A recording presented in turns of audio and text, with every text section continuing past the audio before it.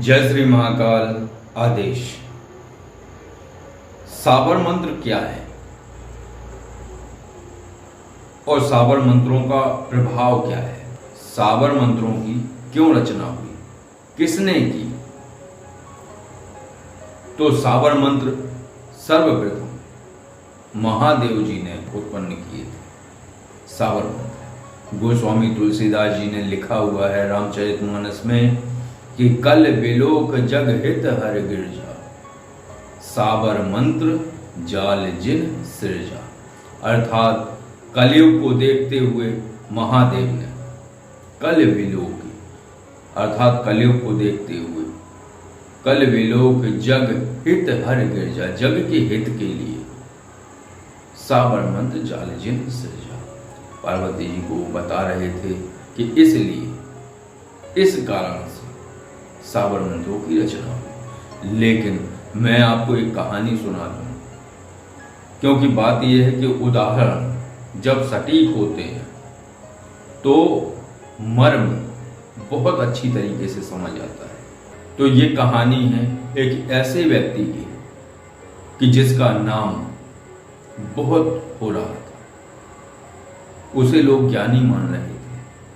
लेकिन बात यह है कि जब किसी की नींव हिलती है तो विरोध खड़ा होता है। तो कुछ स्थायित्व पकड़े हुए व्यक्तियों की नींव हिल रही थी, तो उन्होंने उसकी परीक्षा लेने की ठानी। वो उसके पास गए, वो बैठा हुआ था एक पेड़ के नीचे, एकदम सब कुछ उसने त्यागा हुआ था, शांत भाव से बैठा हुआ था, ध्यान कर रहा।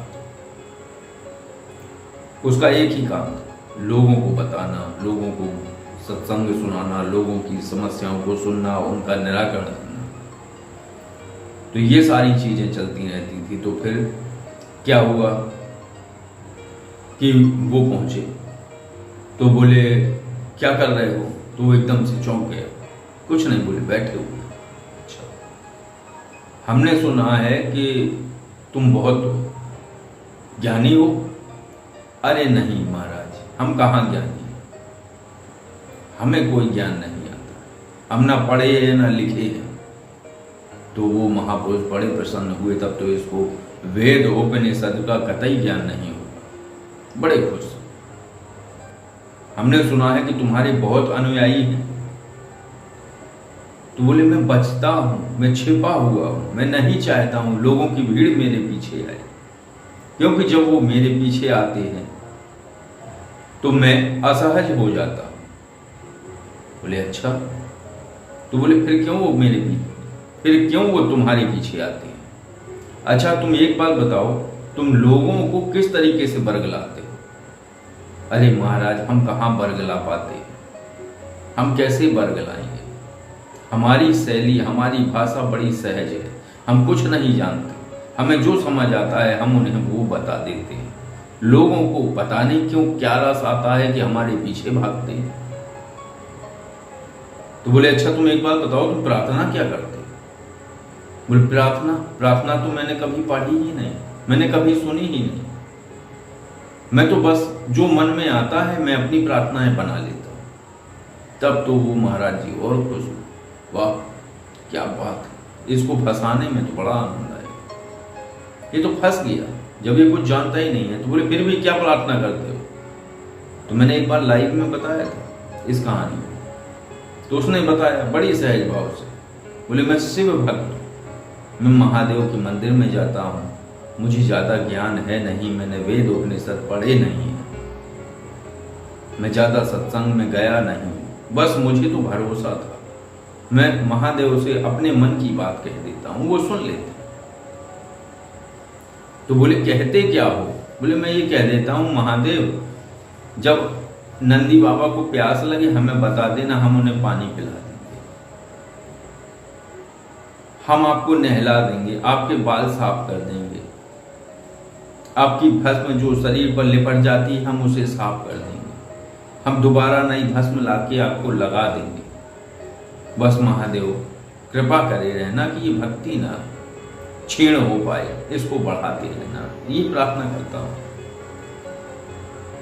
तो और मुस्कुराए, ये कैसी प्रार्थना है भाई? कहाँ और उसकी प्रार्थनाएं सुन ली जाती थी। वो जिस व्यक्ति के ऊपर हाथ रख दे उस व्यक्ति का कल्याण हो जाता था। कई रोगियों को उसने हाथ रख के ठीक किया, कई परेशान व्यक्तियों को उसने हाथ रख के ठीक किया, उनके क्लेश दूर हो गए, उनकी समस्याएं दूर हो गई, उनकी दिक्कतें दूर हो गई।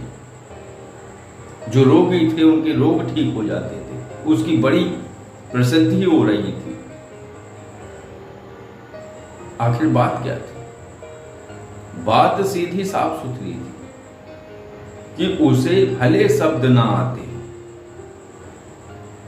उसे भले शब्द ना आते, अच्छे सुंदर सुंदर चाशनी में लपेटे हुए, कुनेल की गोली के ऊपर चाशनी में लपेटे वाले शब्द नहीं आते थे उसे, लेकिन उसे जो आते थे वो सटीक आते थे, उसमें भावनाएं थी, उसमें जुड़ाव था। तो मैं बताऊं, जैसे गोरखनाथ बाबा थे या और भी जिन्होंने साबर मंत्रों की रचना की, ये वही प्रार्थनाएं हैं। भले शब्द अनमिल आखर अर्थ न जापू, प्रकट प्रभाव महेश प्रतापू। तो भले अक्षर बेमेल हो, उसका कोई अर्थ ना निकलता हो, उसके जाप करने में बड़ी अड़चन होती हो, जुबान फंसती हो, लेकिन प्रकट प्रभाव महेश प्रताप हो, इसका प्रभाव प्रकट होता है। किससे? महादेव बाबा की कृपा से, उनके प्रभाव से, उन सभी मंत्रों का। तो वो एक ऐसे भक्त ने रचे वो कि वो सफल होते हैं, वो कारगर हैं। तो ये थे साबर मंत्र, जो कि विशेष कारगर हैं, लेकिन उन मंत्रों में बहुत छेड़छाड़ हुई है,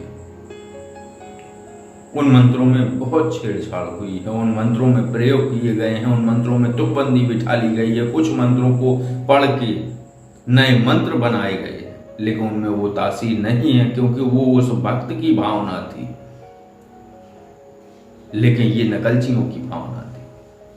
तो इसलिए कुछ साबर मंत्र प्रभाव नहीं देते हैं, और कुछ साबर मंत्र जो पुरातन हैं, पुराने हैं, और जो उनके अक्षर जो उन्होंने रचा है वही रखे हुए हैं, वो कारगर है, वो काम करते हैं। इसीलिए मैं साबर मंत्र नहीं देता, क्योंकि सबसे ज्यादा अगर छेड़छाड़ हुई है तो वो साबर मंत्रों में हुई है, क्योंकि उसमें तुकबंदी थी, और तुकबंदी के आधार पर ही छेड़छाड़ हुई। तो बस आज की चर्चा इतनी ही थी साबर मंत्रों से संबंधित और इनके विषय को समझने के लिए।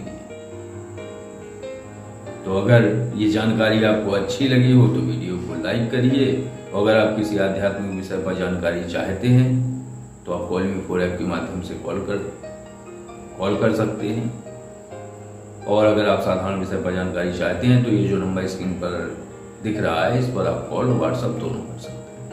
आदेश। जय श्री महाकाल।